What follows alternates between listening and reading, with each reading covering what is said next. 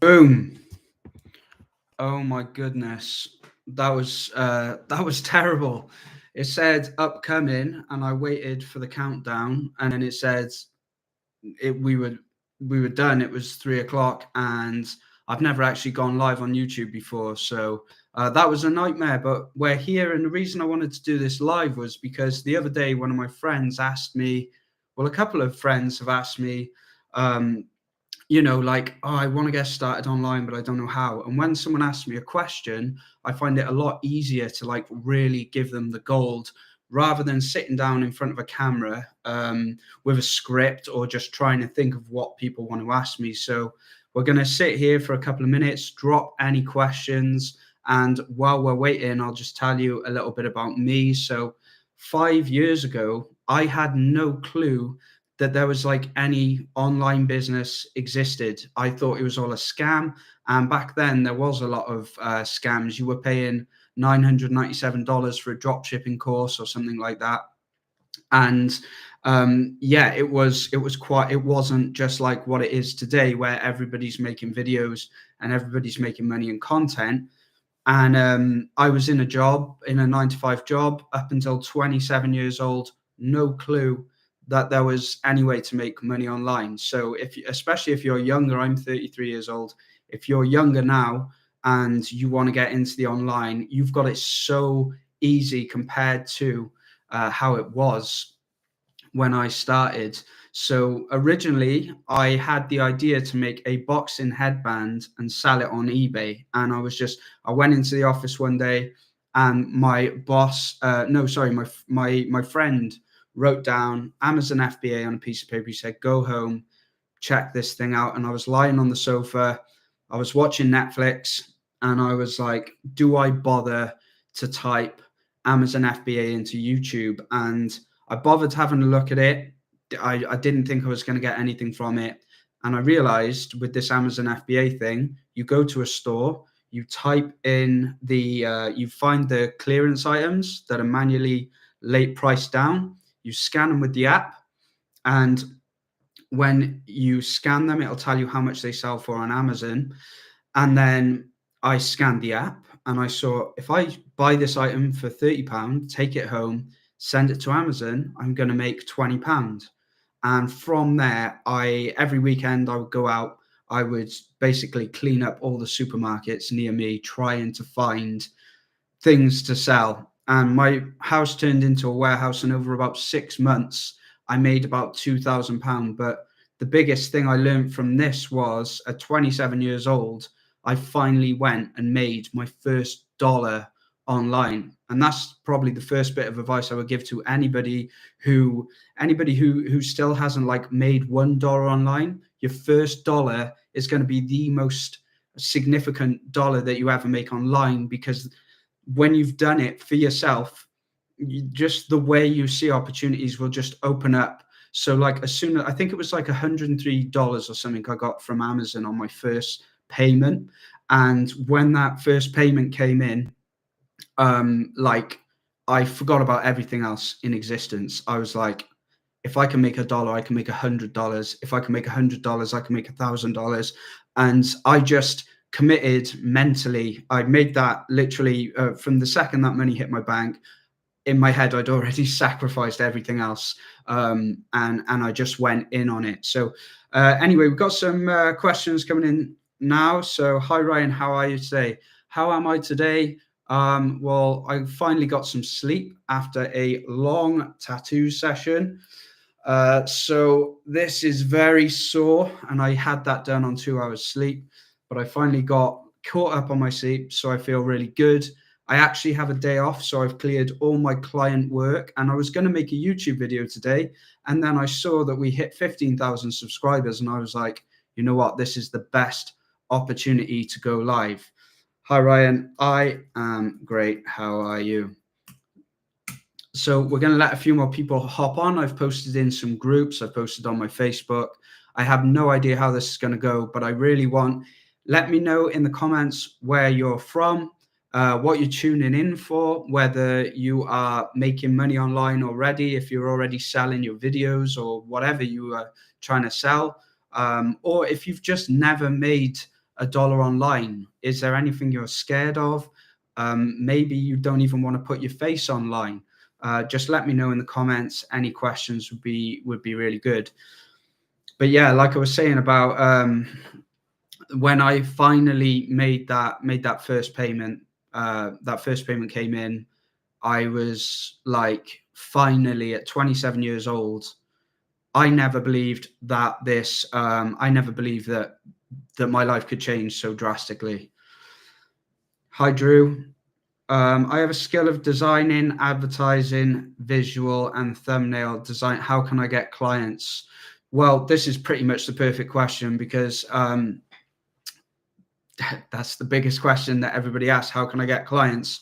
So my answer is always that at the start, at the beginning, what I would do is take a shotgun approach. So what I did was I created a Network account, a Fiverr account, a People Per Hour account, a freelancer account, and I posted my videos on Facebook, on Instagram, on YouTube. And at the start, when you have nothing, when you need as much exposure as you can, this is a good way to go.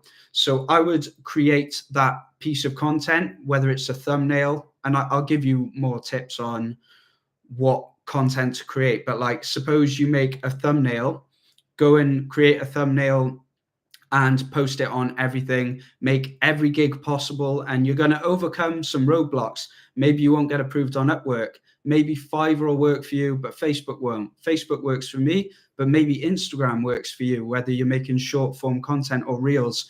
What you'll do at the start is you'll take that one piece of content and make the most out of it, post it everywhere you can, and then look at the data, look at the feedback. Maybe after like 5 or 10 posts, then you'll realize, hang on, Facebook is doing most of the work for me. So you'll double down on Facebook, and over time, you're going to build an audience in one area. So for me, I actually got to the point where I stopped posting on all platforms. I nailed Fiverr. And after about 2 years, I realized there was some things about Fiverr that I didn't like, and Facebook was working better. So I started pursuing clients on Facebook more for a few reasons. On Fiverr, people abuse the cancellation system. Your money's in escrow, so people can cancel, which really isn't fun. And you kind of held hostage. Basically, you could do all the work and they can cancel. It didn't always happen, but it happened a lot more than when you're on Facebook. Because if you think, when you're speaking with a business owner on Facebook, if they want to do the dirty on you, they're also kind of like in the firing line for because if they treat you badly, well, you've got all their social media profiles, and nobody wants to risk their reputation online. So it's a lot of gentleman agreements. It's a lot of moving fast, taking money fast online, and getting the job done.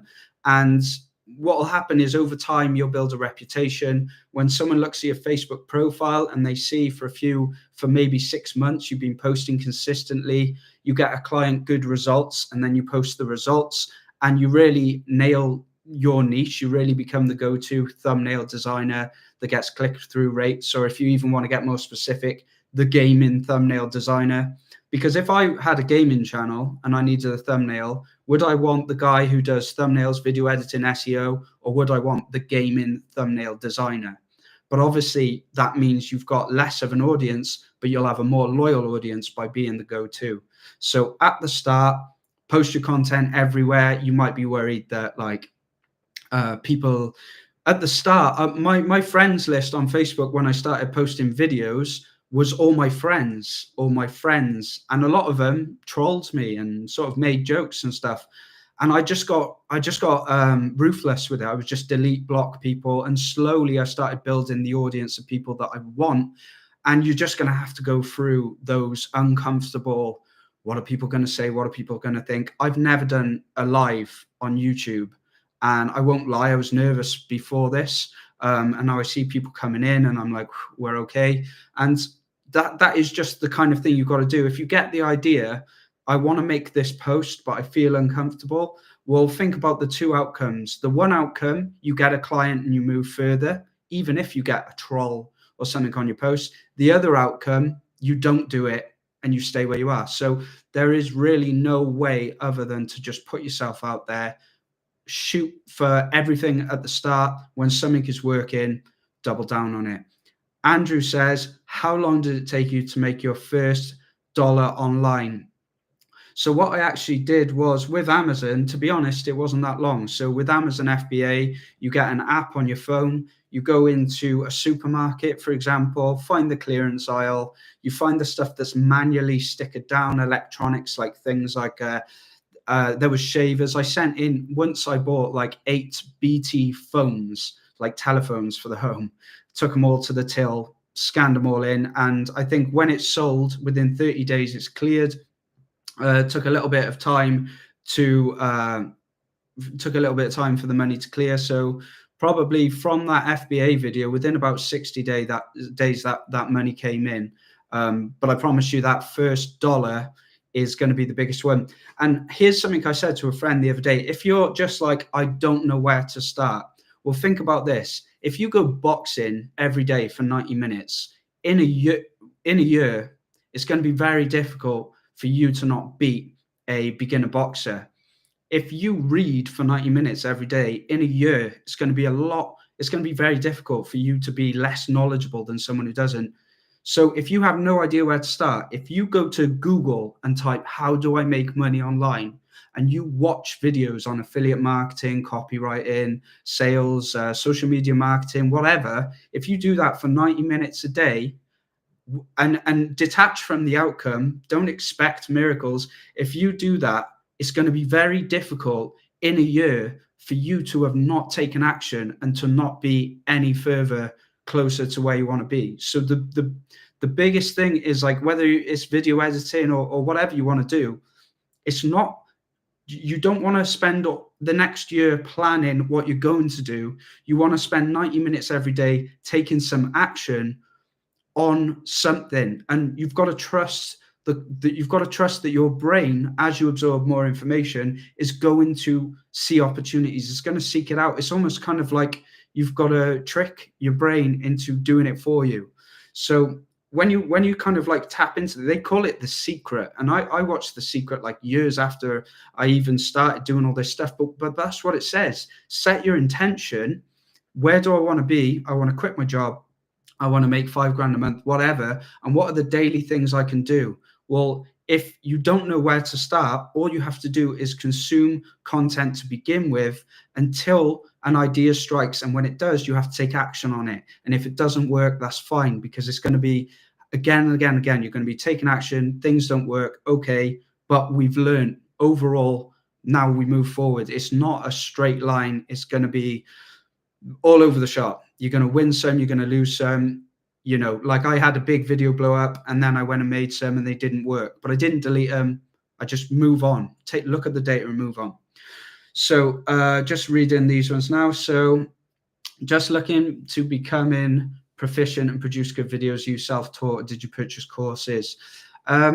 So actually, after doing Amazon, I started drop shipping, and I lost all the money that I had made drop shipping. It was like £2,000 in 6 months. This is kind of related to the last point as well. Most people would lose $2,000 and be really upset about it. But I was like, okay, what did I learn from this experience? But I was hiring somebody for $20 to make my videos, and I had so little money that I needed those $20 for my ads. So I started making videos for my own ads with a slideshow maker, some crappy Animator, sorry Animator, but you know, it's not the best. I was making it with some crappy slideshow software for my own videos. And then to make more money for ads, I started selling these slideshow videos to people on Facebook. So yeah, it was all self-taught, and it started. And what I think, the way I would look at it is like, what do I need, rather than getting bogged down with the tools like AI and, you know, all these different tools that you can use for video editing, asset packs and fancy things. Think about, what do I need to create, and what is the minimum acceptable kind of like video that I could create? Then use what you've got to create it. And then you can look at, what can I improve? And now what tool do I need to improve on what I already know? So I would get the basics down to create whatever you need, because a video is all about sending a message at the end of the day. That's the point of the video is that, like, okay, say you're a coach. You can't just write a post as a coach. Having your face there, having people see you builds trust. So we're going to record the video, we're going to cut some gaps, send it, and then we can look at how we can improve that and then build on the skills from there. I did buy I bought tons of courses. What courses? In fact, I've got a folder of courses here on my desktop. Motion Science, School of Motion, Ukramedia, Increase Academy, Video Formula, Motion Beast, Ad Outreach, Video Workshop, Pro Editor Workshop, UI Animations, Motion Science Community, Zen Mastery, the Editing Formula, Turbo Boost, oh no, that's a Notion, Acid Bite, Peaceful Profits. I buy loads of courses, but again, the course isn't going to do it for you So courses can help you build on skills, but always be focused on what do you need to create, rather than doing a course hoping that is going to help you, because the video is about the message. That's the main thing. It's about what you're trying to share, what's the best way to share it, and then courses can help you improve on that. Maybe you can't sell your videos. Shameless plug here. I've got 2 courses, the Fiverr, Create the Perfect Fiverr Gig, and the Social Media Blueprint, which are 2 step-by-step courses, and they cover Fiverr and Facebook. And those are 2 things I've done. They're actually linked in the description below. So if you want to check those out to get clients, you can, but I'm not here to sell my shit. It is just a good recommendation, because that's basically the last 5 years of my life condensed into like 6 hours. Hey, Ryan, I'm from Nepal. I work as a remote software engineer, make a decent income, want to do something of my own, make contents on Insta, but I'm too scared to leave my stable career. Yeah, this is great, because I totally know what you mean, except for me, I was in a career that was literally, I was off sick, depressed, anxiety, and it wasn't doing me any good. But I was on £21,000 a year. And at the time, £21,000 was like better than average. And it was in a corporation, and, you know, they dangle the carrot and promise you pay rises and stuff like that. So I'm just grateful they never promoted me, because I was there 5 years and there was people that were there 6 months taking over me and telling me what to do. I just can't deal with that. So in answer to your question, so this is Sheriff Hussein. What I would do is, you want to do something of your own and make content on Insta, but you're too scared to leave your career. Well, you're not in a position to leave your career if you haven't created any content yet. So what I would do is focus on creating things that you love as a hobby, maybe to start out as a side income, and just let it evolve to the point where you have to make that decision. So for me, I was on Fiverr and I had $500 of orders, and I was going home. I was working every night. So I'd finish at 5:30, go home, and then work until about 1 a.m. on my side hustles. And it got to the point where I was on 4 or 5 hours sleep. I was sick all the time. And I was like, I have to make a decision, stay in my job or fulfill these orders, because there was no way I was going to make all those deadlines on Fiverr. And one of my friends said to me, if you go for it and you have that extra 40 hours a week, you will crush it. You will do it. So, yeah, if you're split between the two and you're not at the point where you have to make a decision, you're in a good place, because you have the income, and then you can, because you have the income. Sorry, I get distracted with the comments. Maybe I need to work something out here. First live. So you're in a good place, because you've got the income, and now you've actually got the freedom to create what you like in your own time. Whereas in my situation, I have to get my clients, I have to make enough money to buy myself time to make YouTube content, so that I can build things that pay me over time, rather than keep me boxed in. Because even if, like, some of my clients now, they'll pay me $5,000 in dollars, which is great, but then I'm working for 2 weeks or even 3 weeks on these projects. And then by the end of that, my bills are all paid, but the new bills are coming up. So where am I going to make YouTube without burning out?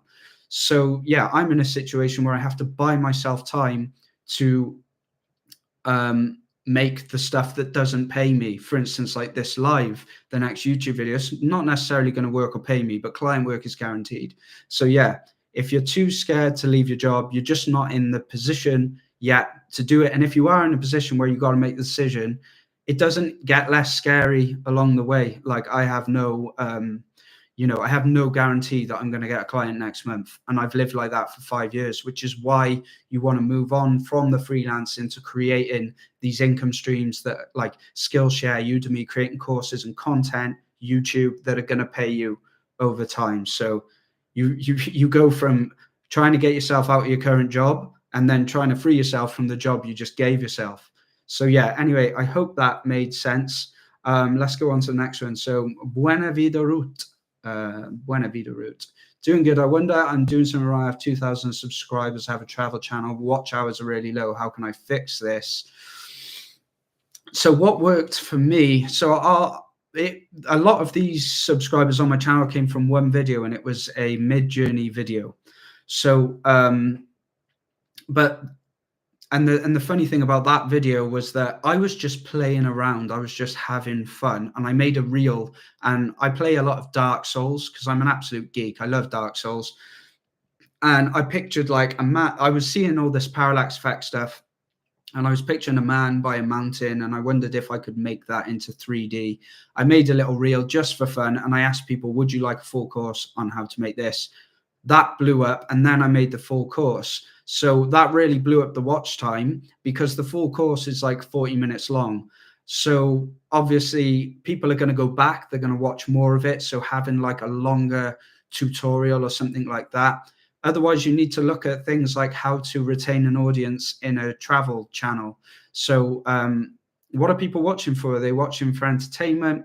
Obviously, with entertainment, people are kind of like less locked in and might flick over. Whereas a tutorial for me, for example, and I watch tutorials are going to keep people watching for longer.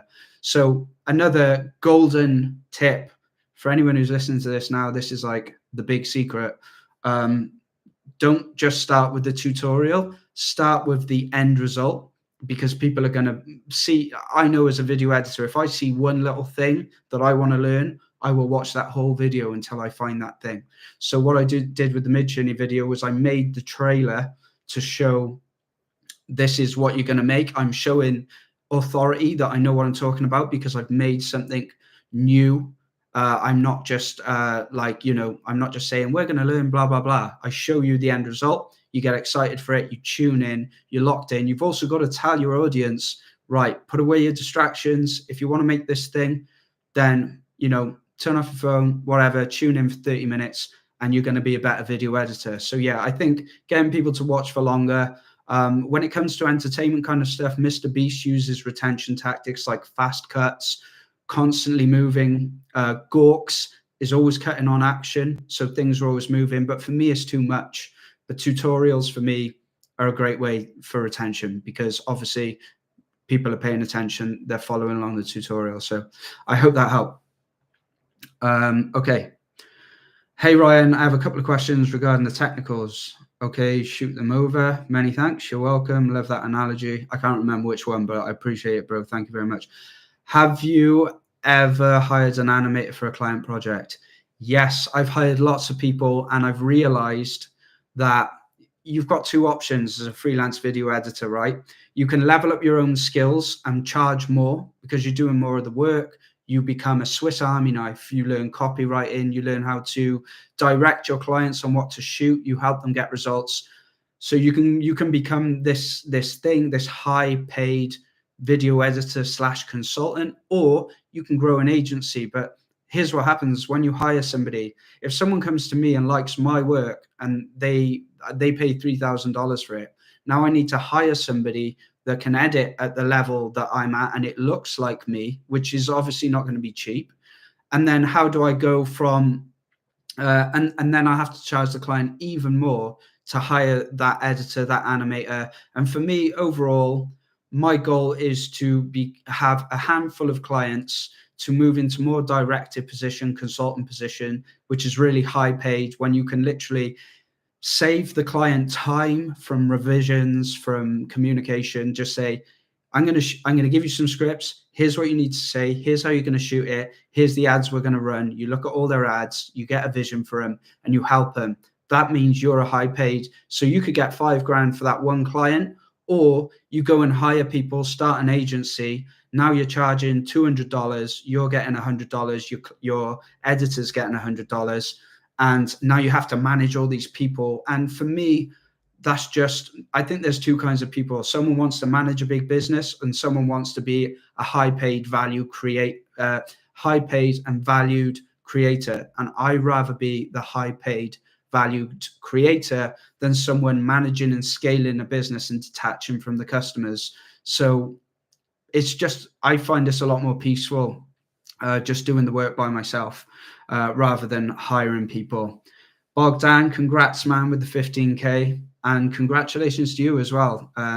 Bogdan has taken some of my courses, been in my group, and ever since. And I think he was a young kid, probably not now, because this has been a couple of years. But Bogdan absolutely smashed it. Just makes wicked videos, keeps posting them. What are your thoughts regarding remaking other people's videos as a strategy for learning? Good question. And I'm just wondering, back in the day, I used to do that for Monday.com. Monday.com always have these slick animations and stuff. And I've realized I'm not a designer or an animator.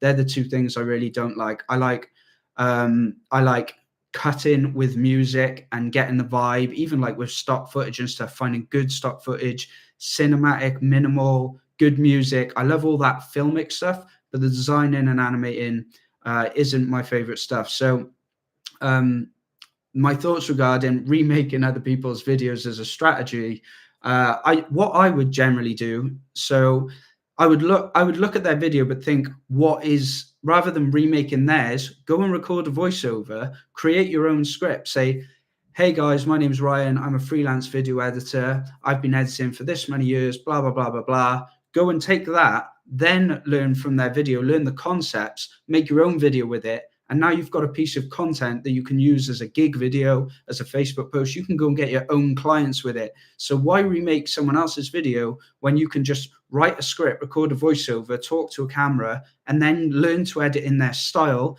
Then you can sell your editing skills. You can create courses. You can create YouTube videos teaching what you've learned, but with your own proof of concept. And that is something huge that I always do with my videos. For example, the runway thing that I made recently, I made a movie trailer with Runway AI. I knew Runway AI was like a hot thing, but I didn't want to just go and go, today we're going to talk about Runway AI. I was like, no, I'm going to go and make a banger intro. I'm going to level up my skills. People are going to enjoy it. And there's a tutorial, and Runway are going to be happy. And just like everybody wins if you go and create your original stuff, but using what you learn from other people. So that is what I would do in that situation. Well done, Ryan, for doing live. Thank you, sir. Okay, guys, chuck some questions in. Come on, let's go. Have you ever been scared? There's a couple more here, but we need to get more. So have you ever been scared to post online? Have you ever had doubts about your videos? Do you get nervous about taking money off people? Do you feel like you don't charge enough? I can talk about all of this.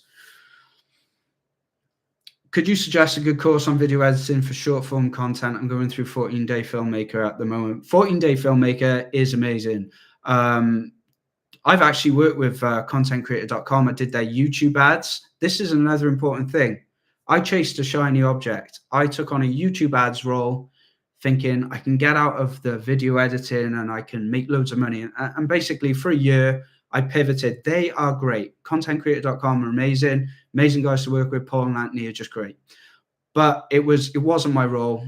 And I realized that I felt out of line trying to do something that when I've built my skills for so many years, just when you're in that position, there's a great book called So Good They Can't Ignore You. And he says, find your passion in the work. And then I was like, and actually my ex-girlfriend asked me, what do you love the most about videos? And I was like, probably when the music hits the right moment with the footage. And then from there, from those two combined things, thinking about what I really love in the work, whereas I used to just slap a music track on after, 90% of the time now is trying to find the right tracks, mix them together. And I found a new love in what I was doing. I don't know how I pivoted off there, but good course on video editing for short form. Again, I would just look at for short form content, you want to deliver the most value in the shortest time possible. the Mid-Journey reel I made, I was like, how can I teach people in 1 minute how to make these videos? All I did was I screen recorded me making a whole project. Then I wrote a script. I tested it on a timer. And until I got it just under 60 seconds, I cut the audio up. So we've got 60 seconds of great content. Then you just add in B-roll. So there you go. There's your short form. There is your course on short form video editing. If you mean like techniques, I've got a course actually, and I'm not just saying this, it's on Skillshare, or you can buy it from $67 from my website, how to make Hormozy style reels in Premiere Pro. It's a fast track to Premiere Pro. It's like 3 hours long. By the end of it, you'll be good at Premiere Pro, but you'll also have a reel. You'll know how to cut and edit and all that stuff. So there is that one. I haven't linked it, but just go to Skillshare, search Ryan Collins, or go to courses.ryancollinsvideo.com and you can see the Hormozy style reels course there. Otherwise, if it's just captions and things, there's Submagic. This is going to sound like I'm selling things, but hey, I'm an entrepreneur. Submagic adds captions really quickly. If you use Collins 10, you can get 10% discount on that. I promise you guys, I didn't come here to sell you stuff. I just have so much stuff to sell. But yeah, so short form content, write a script that is amazing, delivers tons of value within the shortest amount of time possible. Cut that up first, because that is what's important. All the filming and everything else is a bonus, right? So do what is required to get that content sharp and to the point, and don't try to get it too fancy. Since the Hormozy style has come out, in fact, I think everybody does it, and now it's almost annoying, because people, and same with Mr. Beast, it's kind of like people are trying to steal your attention, but if too much shit is popping up, people are going to stop paying attention. They're going to be like, you're annoying me, you're in my face trying to get my attention. And if your message is good, then you don't need to put too much fancy stuff on it. So yeah, short form, make sure the message is succinct, and deliver the most value in the least time possible. Let me know if you can hear me all right as well, because the microphone is on like 1 or 2 dots, but I don't know if it's loud enough or not. Have you ever worked for clients in the online fitness industry and or DJs? What tips be to land an online client or a DJ gig? I was a DJ for 6 years, actually. I played house and techno in Cardiff. Online fitness industry or DJs. So online fitness, this sounds like you would probably want to get out there and shoot footage. So I actually went to a nightclub recently for my friend, to film some footage, and I just realized that it's not my gig, to be honest. And his girlfriend is a My Protein model. So what you could do is find somebody who's training near you and just say, hey, can I come make you a promo video? I have done an MMA shoot. So I went to my friend's MMA fights. I went up, I said, I need to speak to someone to try and get cage side. I went in, I found the guy, I said, look, I'm gonna shoot some videos of my friends. Do you mind if I get behind the cage, shoot the videos? And there is a reel actually on my channel. I'm going to get behind the cage, shoot the videos, and like you can have the videos and they get the videos. And all I want is just tag my Instagram. So I think that is probably the best way. Just go in, find the owner, be confident. Just say, look, I'm going to shoot something. All I want is you can have the video for free. I don't usually advise working for free, but if it's landing gigs in fitness or anything with filming really, and you haven't got a portfolio or anything to show, just find a friend who trains. Say, can I shoot some videos? You get to keep the thing. Just tag me in the post. And when I did that one MMA reel, I got like 100 followers on Instagram from sending it to Adrenaline Fight Night. And they tagged me in a post, and it was like, boom, because all of the MMA fighters see that and they're like, have you got any content? How much do you charge to make a video? Blah, blah, blah. So yeah, anything where you're shooting the footage, go out there, just say, I'll shoot it for you. Just tag me in the post. You keep it. I'll get to post it. It's a deal. It doesn't cost you anything. We all get exposure. Everyone wins. So that's what I would do with that. Same with DJing, really. Just turn up to the club, find the owner, just say, I want to shoot some videos for you. You get to keep it. Just tag me in the thing. Deal. Have you tried using Runway ML or Pika Labs? Wesley, if you go to my homepage, there's a video. I made a movie trailer with Runway AI. So you might find that pretty cool. And I have, but again, like I'm really stubborn with just using AI tool. Right, here's the thing. The tools are for a job, and this is what I see all the time. Like you get a hype around a new AI tool. Tools help for a job, right? But you need a job before you find the right tool. So you don't go and buy a brand new screwdriver and then look for something to use it on. You have the problem and then you buy the screwdriver afterwards. So with all the AI tools and things like that, for example, the Mid-Journey one, I just wanted to play around with it to see if I could do it, and I made something fun with it. But honestly, with client videos, it's rare that I need to use a Mid-Journey image. So they can be good if you want like an alternative to stock footage or something crazy, but I wouldn't spend the time on it because time is money. I wouldn't spend the time on looking for an AI solution if I can't be, when there's so many good stock footage sites out there, so many ways to treat footage, and it's just a download away. So it really depends what you're doing. But I would always just, for me, I'm like looking for the best and quickest way to achieve the result I want. And right now, the AI thing is cool, it's fun. Yeah, maybe you can generate some cool stock footage, but a lot of it looks a bit weird.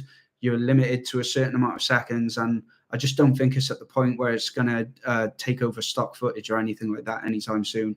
Plus, I think we like human connection and things like that. And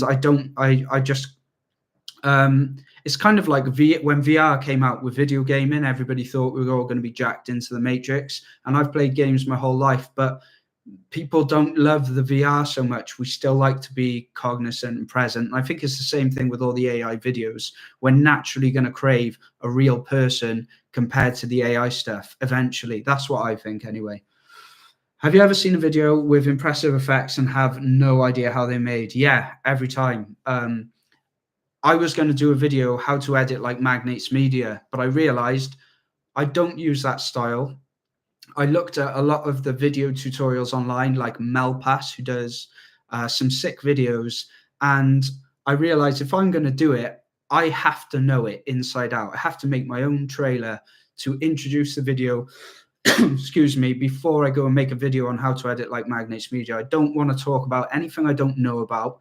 And I saw a meme the other day and it said, you might be getting there slowly because you're not lying or manipulating people. That is why my success is slower, because I only want to teach and talk about things that I genuinely know about. And for me to do that with the Magnates Media example, I've got a lot of learning to do before I get there. So yeah, there's tons of stuff within that Magnates Media style that I don't know about. And if I really wanted to, I could go and learn it. And I think the best way to learn it is to find tutorials and apply them to your own thing. Like if I did a Magnates Media tutorial, I would write my own script. I would introduce John, and I've actually got the script and a rough draft ready. I just haven't had the time to dive in on it, but I would go and do it in my own way. Like I said earlier, look at what other people are doing, try and create it.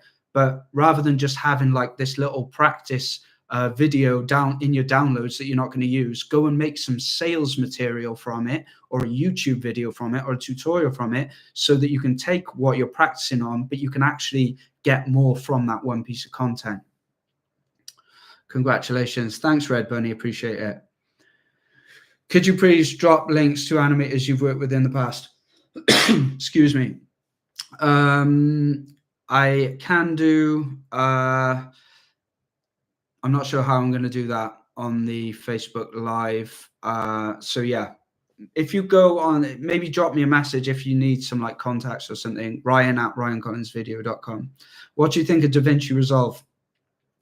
So the DaVinci Resolve, I have been so tempted so many times. I work with a company, and in there is an editor that loves DaVinci Resolve. He says DaVinci never crashes, it's super smooth, and I would move over to DaVinci Resolve, but there's one huge reason that I haven't, and that is because the After Effects dynamic link, I use it so much in Premiere Pro. So in Premiere Pro, you can just right click on a clip, replace with After Effects composition, edit in After Effects, and it's in Premiere Pro.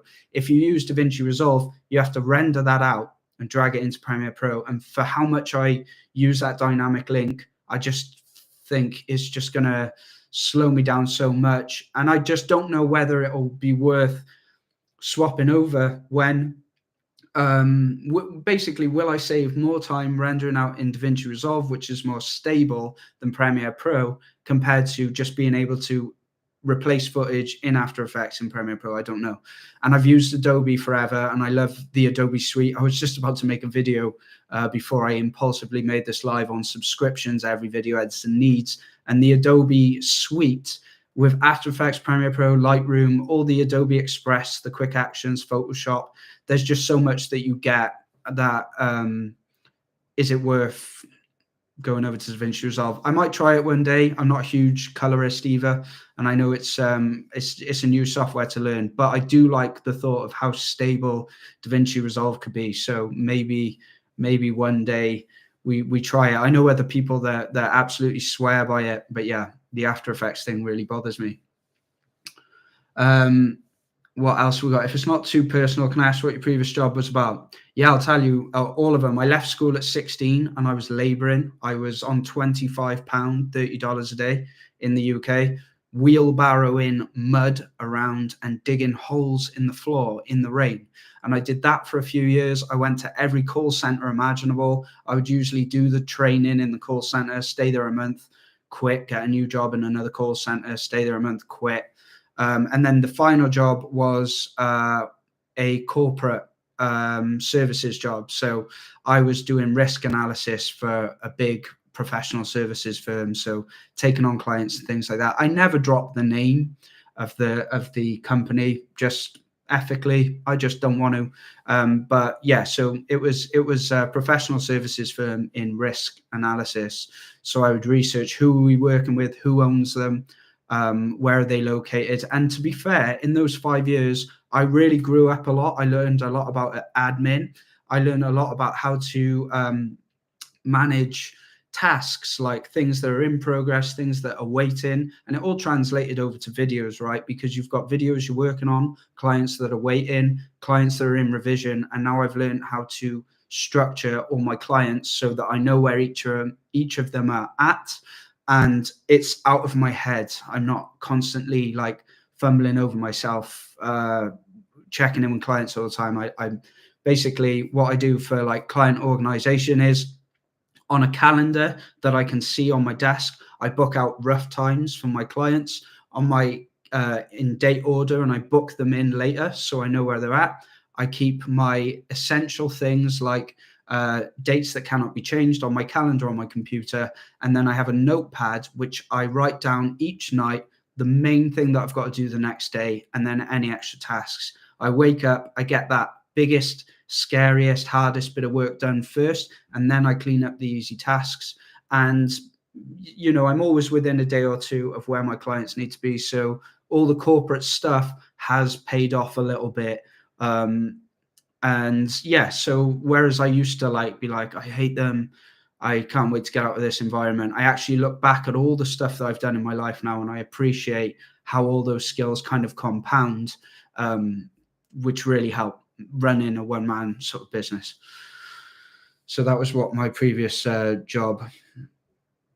Oh, analogy was if you keep reading books or boxing for 90 minutes a day. Yeah, exactly. So you've got to trust the process of like, so what I think manifestation is, I know this sounds really off topic, but for somebody who's just like, you get an idea, but you can't take action on it, or you see people, you see a new course, you see a new thing. Basically, even if you fail on these things, if you just keep trying for a year, you're going to be miles off the person who didn't try for a year. So it's the systems each day that get you to where you want to be. The end goal for me is to be in a position where I've got enough passive income to pay my bills so that I can take time to work with the clients I want and to create the YouTube stuff that I want to create, not to be rushing, not to be forcing things out just to try and make a quick buck.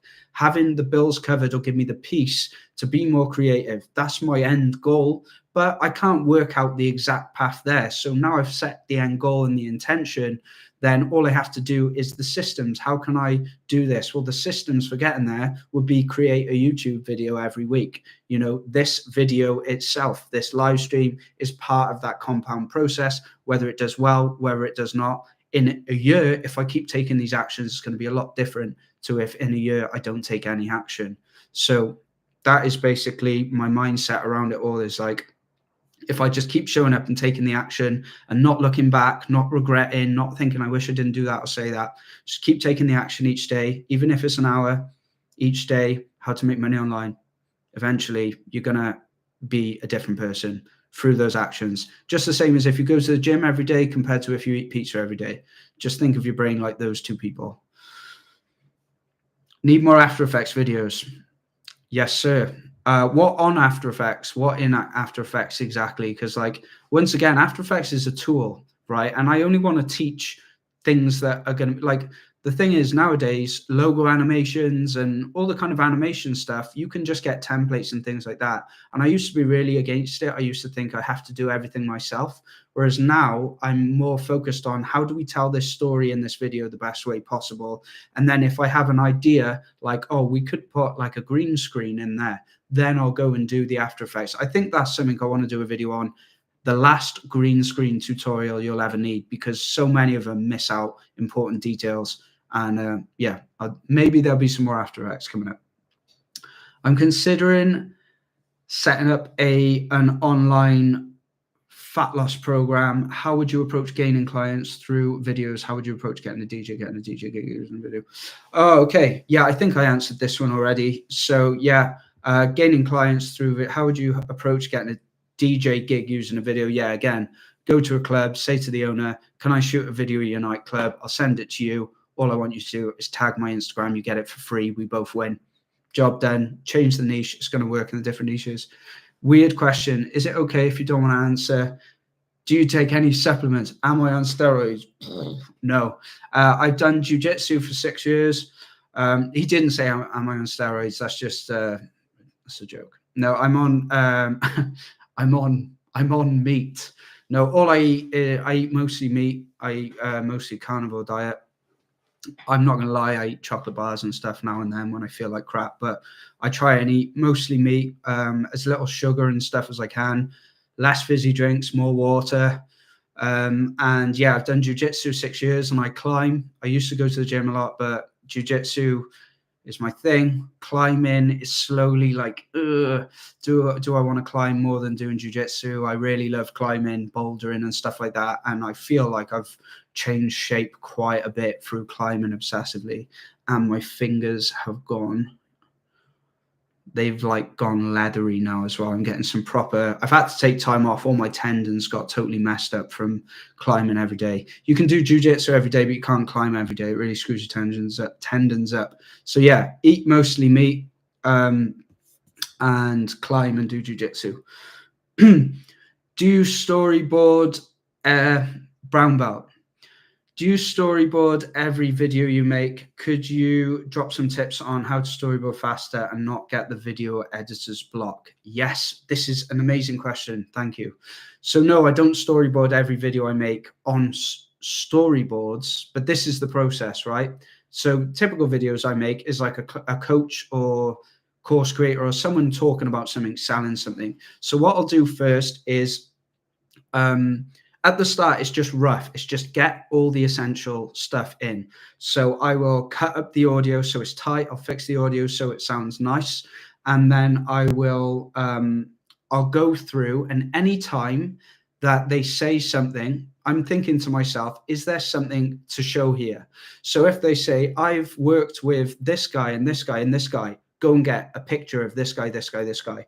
Storyboard it in the timeline. You know, it doesn't have to be animated. I work like this, right? Layer on layer on layer on layer on the whole video. I used to work like this, but what happens is you'll start out really strong and then the video will get worse and worse and maybe it's inconsistent. So get the base layer in, the narrative, then the music, then the music is going to heavily inspire where the shots go in. So I would work that way, and then it'll be like, is there a testimonial? Get it in there, just get it in the timeline rough. And by the end of this process, you're going to have music, the audio. You're going to have the script, the audio. You're going to have a rough storyboard. That could be an image, some stock footage, maybe even leave a little marker and say green screen of this. Just get it in rough, and that is going to really take away that pain of that like staring at a blank screen thing. So that's what I do. I go through first. I'm looking for obvious stuff that we can put in. And sometimes you'll be like, I can't be bothered. And those are the bits that you absolutely have to go and do. The client will love. I fill out the video with as much B-roll from the client, as much real stuff, as much testimonials, as much social proof. If there's and before I put any stock footage. If I have ideas and I'm moving quickly, I just leave markers on the timeline to remind me of the idea, and then go over it again and then start smoothing it out and improving on it. And then if there's a bit that goes on a bit too long, maybe you add a boom, you add a title or something like that just to break it up, or you add a jump cut. But I don't just go through like in, out, up, down, titles, animation. Like, that's a mess. You want it to be consistent. You want the pace to be right. And to do this, you need to do it in layers like this. So yeah, that is how, this is for Dukes, by the way. So that is how I storyboard it. I kind of go through in the timeline, get the essential stuff in, then start filling in gaps, then go over it and animate it, then add the sound design, and then it will all sort of come together nicely and all consistently. And then you can copy and paste a lot of the assets along as well, change the title, and then the transitions and all that kind of stuff at the end as well.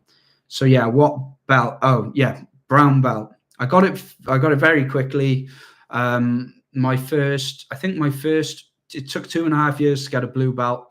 And I was competing every month. Same at blue belt, competing a lot. Purple belt, I had a few comps. I won a gold, and my coach threw me a brown belt. And I was like, I'll be honest, I felt like I would be happy as a purple belt now. There's some savage purple belts out there, but at the same time, you can't throw it back at your coach. And it was a cool profile picture.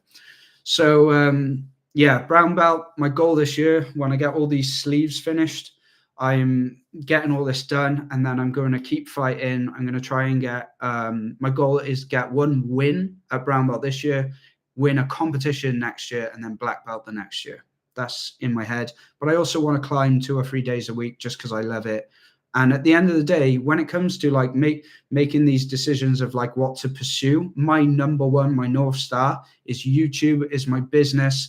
It's quite easy for me to see people on Instagram winning medals and getting ahead and think that they're one real, comparing that to my whole life. Maybe that's all these guys have got, and they go home and all they've got to live for is jiu-jitsu. So it has taken a lot of sacrifice for me to like pursue this career. I live and work at home as well. There's nobody around to help me, nobody to tell me I'm doing well, apart from clients, which is kind of like the motivation to get amazing client results as well. And to be honest, without you guys and without the clients and my friends on Facebook and social media and stuff like that, without that support, we've got to help each other get along. I've got like really good mates I've networked with for years on Facebook that I've never met. And we just support each other because we're in the game together, even if it's online. You're on your own, but you're not alone. So yeah, so that's just like a bit of extra sort of, I suppose in the freelancing side of things, it's going to be lonely. Not a lot of people are going to understand what you do either. And at the start, you want to tell everyone, like when I was in the corporate office, I was trying to tell everyone what I was going to do and everyone like thought I was crazy. And then I left and nobody cared. 200 people in there, like 2 or 3 people have messaged me since I left. But it's a good thing because you realize quickly who actually matters and who to keep around. So, and it's not that many people. My ethos in life is to put your best foot forward with everybody you meet, whether it's online, whether it's like a girl or a guy, whether it's a business relationship, put your best foot forward. If they reciprocate, things grow. If they don't, then you back up and move on. And that is how I deal with everything in life, because I know I've done my bit and then I'm not chasing things either. How did we get onto this? Where was it? I don't even know how we got onto this subject, but I'm trying to deliver some advice that's behind the scenes that people don't really see. Is that it's very lonely, trying to do all this stuff by yourself, and you learn that, like, if you don't give love out, you don't get any love back, and really, like with Facebook and stuff like that, that's what really keeps me going. That's what keeps me motivated. If I'm stuck with a video, for example, I think about the client's end result. I think about that post blowing up, and you've got to do what you can to stay motivated. So yeah, even making this video, your comments and your likes and all this kind of stuff, it just really helps me as well. So I appreciate it. Actually, we want to retire and we'll travel around USA in a vintage Toyota. That's why we have a travel channel. That sounds amazing. Can you sell a product off it? Can you start a little brand? Because at the end of the day, YouTube is traffic. So viewers are traffic. To sell anything online, you've got two things: traffic, which is eyeballs, viewers, and an offer. So in a lot of YouTube videos, people have an affiliate link. It's traffic, it's offer. On Facebook, I make a post, people see it, traffic, my offer is the video. So it's traffic and offer. So if you're getting a lot of views, but not a long watch time, then you don't, something one of my friends said to me, you don't need, if you're not relying on the ad revenue, which isn't, I wouldn't go into YouTube to rely on the ad rev. I think I make like $150 a month or something off ad revenue. But if you've got products and stuff that you can sell off the back of it, then maybe that's something else that you could do. Maybe it's a travel guide for the USA, or a lifestyle guide of like how you can do it. There's a book I'm reading at the moment called 12 Months to 1 Million, and he talks about creating a brand, because a brand builds a loyal group of people that'll buy basically everything that you have. If you've got 5 products at 5 products that sell 25 to 30 sales a day at $30, that's $1 million a year business. And then a bigger company will want to buy out your brand. So that's what this is about. So if it was travel and lifestyle, maybe you could have like, you might be doing this already, but you have like a kit attached to your video with the essential gear that you have in there. Or maybe you can create your own course or something like that. That way you don't need as many views, because people will be buying the course off the video as well. And rather than relying on the ad revenue, which is usually what you want the watch time for. So hope that helps. Unfortunately, I don't travel as much, and I'm jealous that you're traveling around in a vintage Toyota that you rebuilt. It sounds amazing. If I could do that, that'd be amazing. I definitely want to go to Yosemite to see where Alex Honnold did Free Solo. If I had a van, that's where I'd be going. I'll try to rephrase my question. How would you help a fat loss trainer get fat loss clients using video and marketing methods you've learned? Interesting question. Well, I always think when it comes to marketing, like, is a video the best way to deliver the message that we need to deliver? So really, you're creating an offer, or you're creating something that is going to get clients in. Is a video the best way of delivering the messages? If so, client testimonials, people talking to the camera, converts really well. Someone there saying, I lost blah, blah, blah, blah, blah in X months, that's really going to help. You can go and help him collect the testimonials, then you can edit them up. Or before and after kind of things. Creating, and again, eyeballs and offer, you could create short form content about behind the scenes of what goes into this program, where it's like working with this guy, what kind of stuff you'll learn. And then that content is going to send you to the offer. So it's not just necessarily the video. The video is going to help get eyeballs on it, but then the video isn't going to sell the actual thing. All you can control with the video is people seeing and clicking, but where they go after they click is down to what the client's got set up, their landing page, their sales process. So yeah, hope that helps. Let me just read it again. I just want to see if I've got anything I can put in there. How would you help a fat loss trainer get fat loss clients using video? Yeah. So I would think, do you need to use video? Do you have anything to show on the video? Because again, video is the tool for achieving the results. So testimonials, a live sort of look at what is it going to be like working with this person. And also, if the coach can talk to a camera, then you can help write a script to help him deliver his pitch. You can show the gym, you can show things like that. So I would collect those assets. Social proof, authenticity, things like this is what's going to help sell a coach. Approach the content. Please leave this Q&A on your channel so we can rewatch. Maybe. No, I definitely will. Congrats on the brown belt, purple belt here. I know the dedication it takes. Do you think it takes... Oh, no. Are you in the UK as well? Oh, don't get your brown belt, man. We could end up having a roll. Do you think it's helped you in business jiu-jitsu? Yes, absolutely. Because in jiu-jitsu, the first day you go in, you're stuck to the floor, you're tapping, and that is what it's like for like 6 months before you can even get someone off you. So you learn quickly, okay, I'm going to fail. Like, I'm going to lose. I'm going to lose a lot of the time. In fact, when you start jiu-jitsu, you lose 100% of the time, then 99, then 97, then 96, and 98.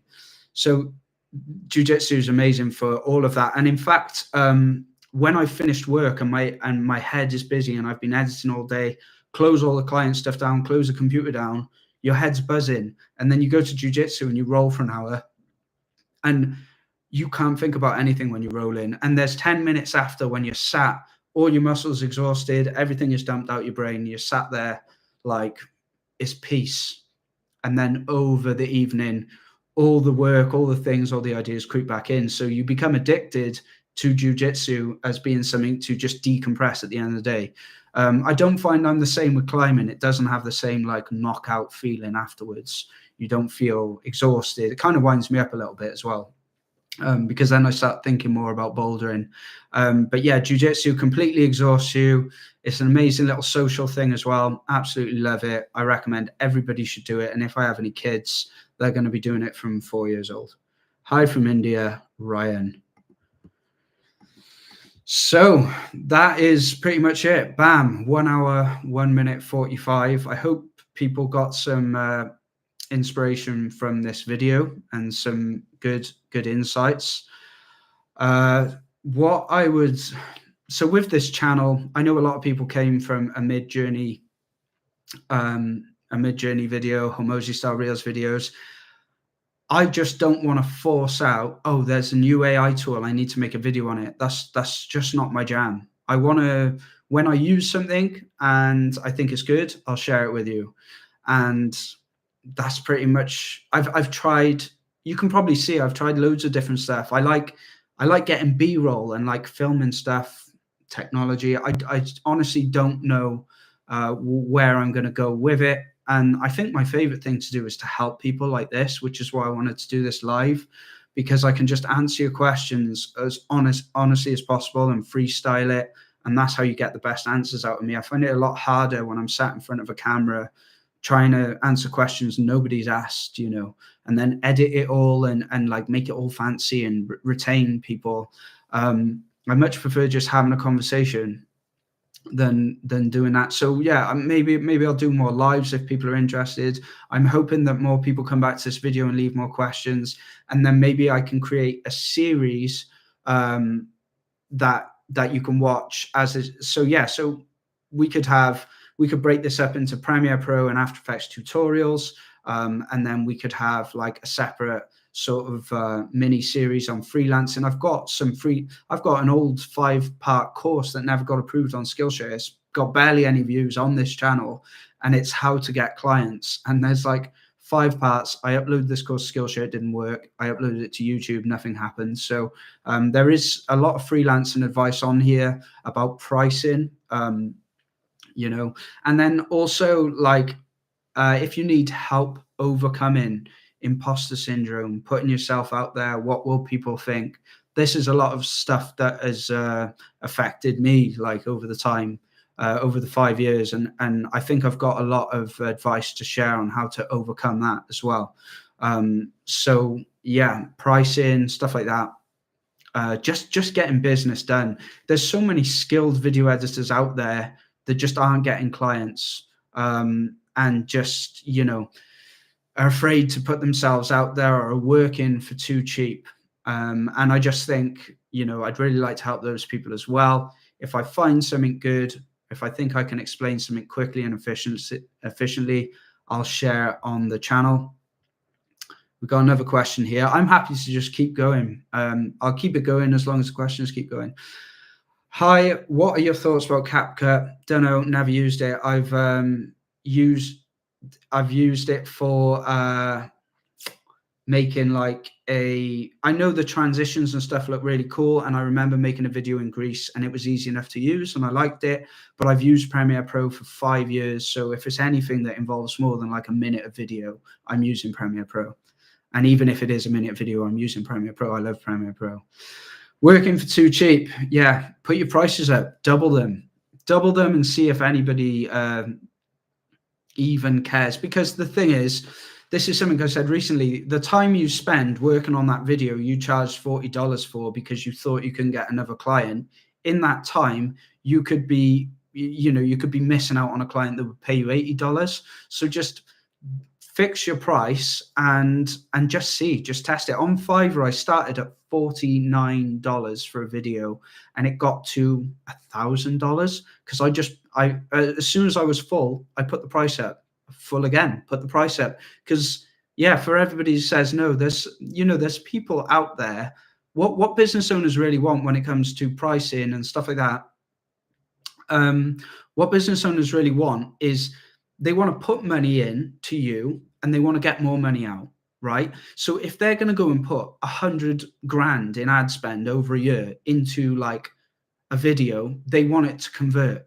You know what I mean? So if you can work out a way to get the clients the most bang for your buck and carefully upsell your videos, so you can write them a script with 5 different intros and charge it as a 5K package, and then render them out in square, landscape, and vertical. So they get 18 renders, but you've only edited 1 video and changed the intro, or 15 renders. In their head, they're getting 15 videos. If one of these works and they make, and they're doubling up on their money and they put 100 grand in over the year to that winner, they've made 200 grand. That was worth the 5K. So it takes a while. I recommend Blair Enns. I even bought a book for $250 called Pricing Creativity by Blair Enns. He's got a YouTube channel, The Future. They talk about pricing, and it's this balance of risk. Plus, just picture these 2 guys. Suppose I'm super busy now. I need a video done by tomorrow, and I've got a bunch of assets. Now, do I pick the guy who's saying, how do you want it done? What style do you want? Blah, blah, blah. Is this okay? I'm not going to have confidence in that guy, that $40 guy. But if it's someone who says, yeah, I can do it, but it's 2K, but I'm going to get you 15 variations that can work. Where should I send the invoice? I've got way more faith in that guy. I don't want to buy it cheap because so much is relying on it. So you've just got to realize where these business owners are coming from. They've tried cheap editors before. If you can lead the interaction to making the video that actually gets the results, and you start asking them for feedback, which videos have you got that get the best clicks, that have made the most sales? You look at those, you break it down. Is it the hook? Is it this or that? What is it that makes this video convert? How can I do it better? Here's 10 examples for you to try. 3K, 5K, whatever. That's how I price videos. It's based on the result you can get the client. Are you married? I am not married. That's an interesting question. Are you married? How to start a conversation with a prospect without being, how can I get married when I sit in my room editing videos all day? There's no women in there, unfortunately. How to start a conversation with a prospect without being salesy or pushy to sell videos. Well, I've always been an inbound guy, so I never cold call, I never message or cold DM. I can just go back to my existing clients. To be honest, I could go through my emails now. Every time I get a client email, I put them in clients. I could go back, I could fire off an email to all of them and I could get a video. So I don't need I don't need to do outreach. And because I've always been inbound, like I said at the start of this video, is if you go and put yourself on Fiverr, freelancer.com, people per hour, post on Facebook, YouTube, Instagram, if you post everywhere, then you're going to have people coming to you. So you're not starting a conversation, they are. If you carefully, maybe if you join groups and provide value and you've got a decent profile funnel set up, they see your post, they click your thing, they see you're a video editor, they message you. It's always a lot easier when they've seen your work, they like you, and they message you to close the deal than to you go chasing them. So I've always worked on an inbound sort of inbound perspective. Yeah, I much prefer clients come to me. I don't do any outreach or anything like that, and I've never needed to. I charged $44 for 10 videos. After the second video, the client was happy to increase the pay. Very happy client. Yeah, absolutely. I would be very happy. $44 for 10 videos. You should have a 0 on that. It should be $440. So go put a 0 on it. Sorry, I just hit the camera. Go put a 0 on it. Get another happy client, because the clients, as soon as they've paid you, they just want the job done. They're not thinking about the money like you are, which is like a hard perspective shift to have. If you have a team working with you, it's wonderful to generate jobs and work for God, help people in Venezuela and Argentina. But like every business, we need some results. It's hard to handle. Yeah, absolutely. I totally agree. And there's probably some benefits to it. But the kind of thing that I see online a lot as well is people just, when I started, video wasn't like even a big thing. Nobody really cared. I was like really trying hard to sell videos. And then in the last 2 years, videos everywhere. And there's so many people trying to scale and produce mass content. And you see a lot of garbage out there. And I just like to be the guy that focuses on one client at a time, that produces quality stuff. And that is just how I've built it around. And I help my clients. It is a great, it's a great goal to help other people get work. That's awesome. But there's a lot of agencies and stuff like that doing it, and it's not for me. I'm actually not very good at working for people, and I'm not very good at managing people either. I just like to focus on my own systems and things like that, and then helping you guys. So still trying to help people, just different people. So yeah, that's what I think about that. Facts, they reached out to me from a class we both shared. Yeah, exactly. So if you post your content, you build some brand loyalty, then it's a personal brand. But also, you know, putting your face out there, having your face on a profile picture, things like that, people are going to recognize you, you know, and you're going to have to overcome a lot of imposter syndrome and stuff like that to which is just, you know, sometimes you don't like how you look. The lighting is shit. You think you look horrible in a video, and maybe you say something weird. You go live on Facebook, screw up what you're saying.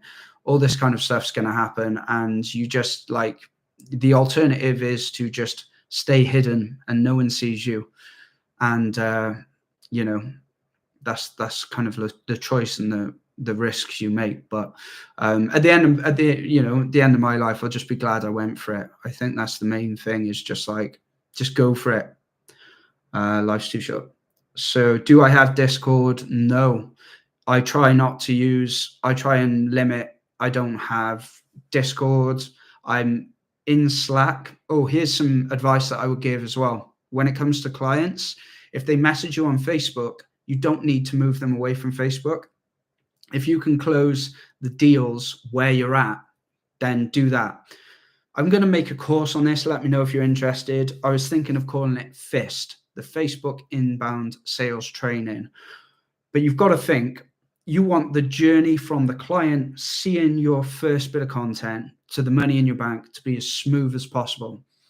And if they message you on Facebook and say, hey, yeah, join my Discord, or maybe come over here and check this out, just don't send them away. If they're already messaging you about something, they've seen something, they like it, and you can just work through the deal there.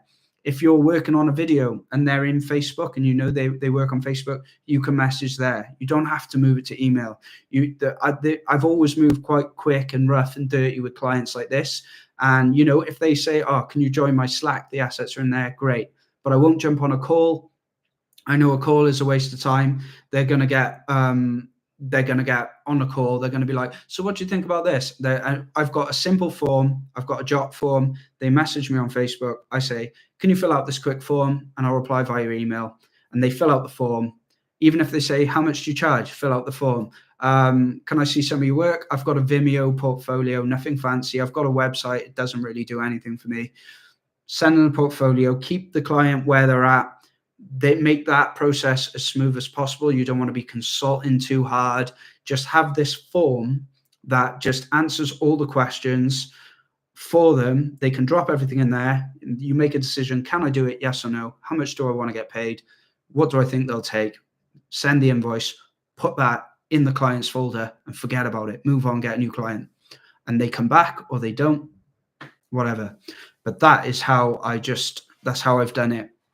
Make sure the client, the process for the client is as smooth as possible. They feel confident. You can do the job. You've made it easy. You've given them a form. You send an invoice via Stripe or whatever, and you just get the job done. Tell them, give them expectations. This is when you're going to receive the thing.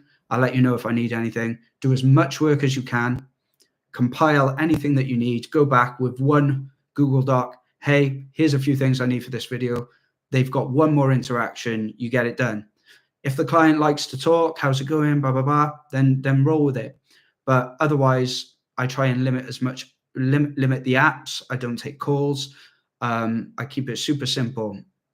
I get my clients on Facebook and I'm building a YouTube channel, and that is enough. There's enough components to that. I don't have Steam on my computer, 2 clicks away from playing Command & Conquer.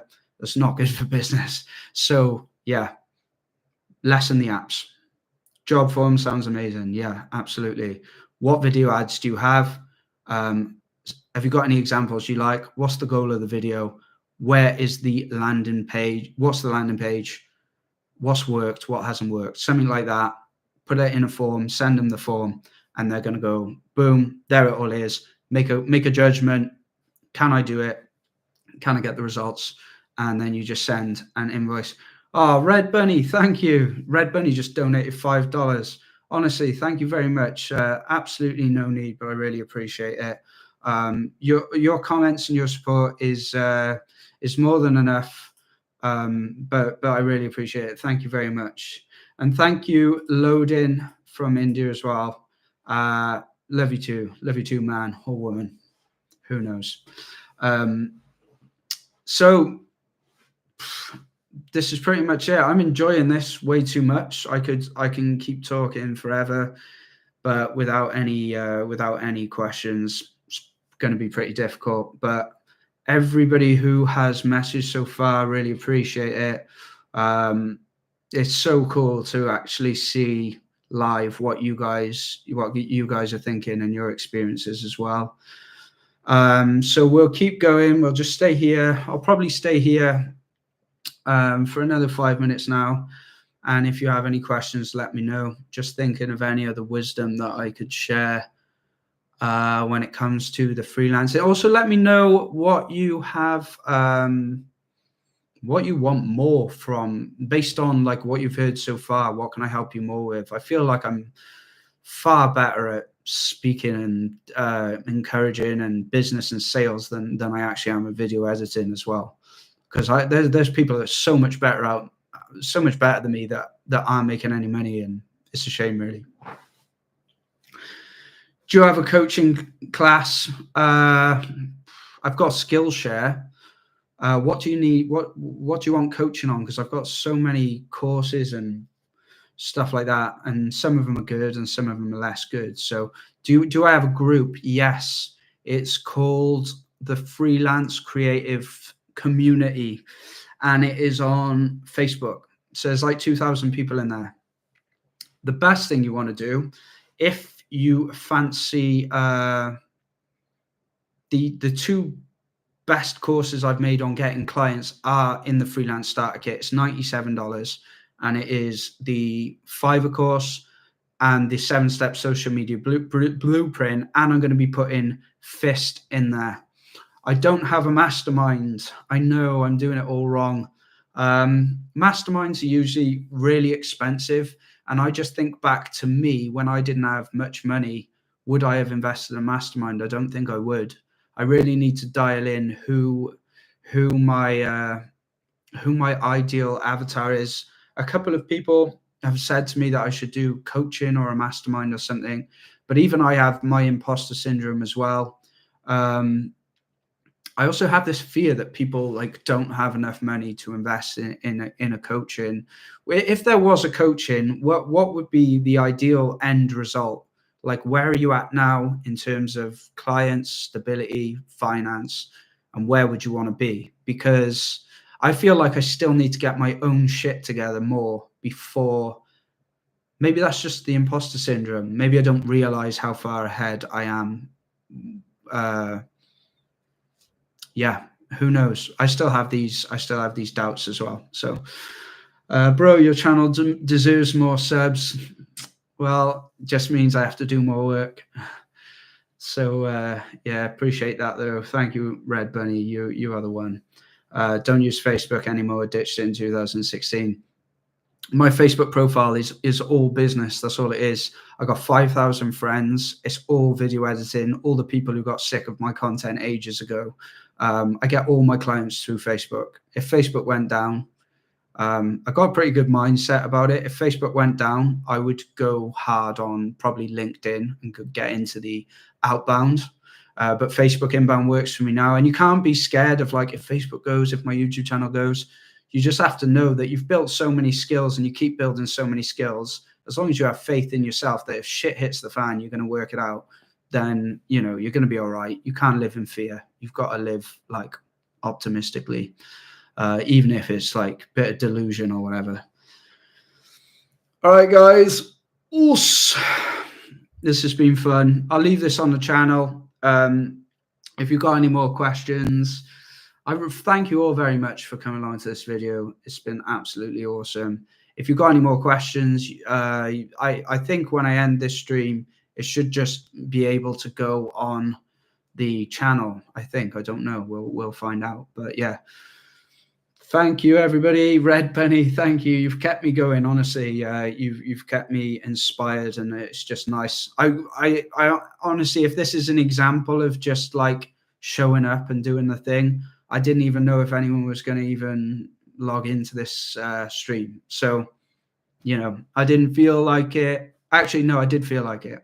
I woke up, I had a free day. I've just finished all my client work, and I was like, you know what? We just hit, I looked, it was 15,000, bang on. I was like, 15,000 subs, live stream, celebration. I've just set this up in my living room. Just quickly. And I was like, I didn't even know how to, because I've got a DSLR. I didn't even know how I was going to set it all up. I was like, right, microphone, camera, light, we're good. This is good enough. So take the action and improve on it later, and your ideas will come from taking action, not the other way around. So that's it, guys. Peace out. Thank you. Much love. And yeah, good luck to everybody.